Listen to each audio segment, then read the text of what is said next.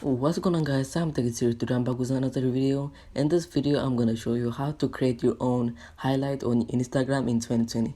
Let's get right into the video. The first thing you have to do is you have to have a post instead to create your own highlight, and you're gonna click to the plus button to create a post. You're just gonna take a random picture and you're gonna post it on your story.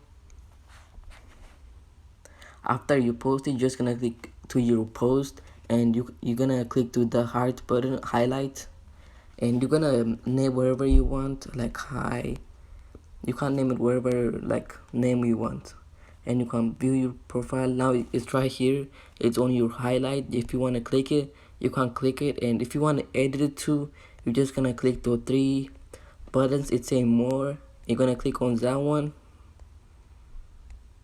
and edit highlight.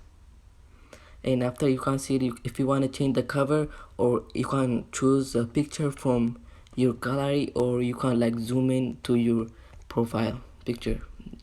You're gonna click done like this. This is how you do it, guys. If this works for you, please don't forget to smash the like button and subscribe, and peace.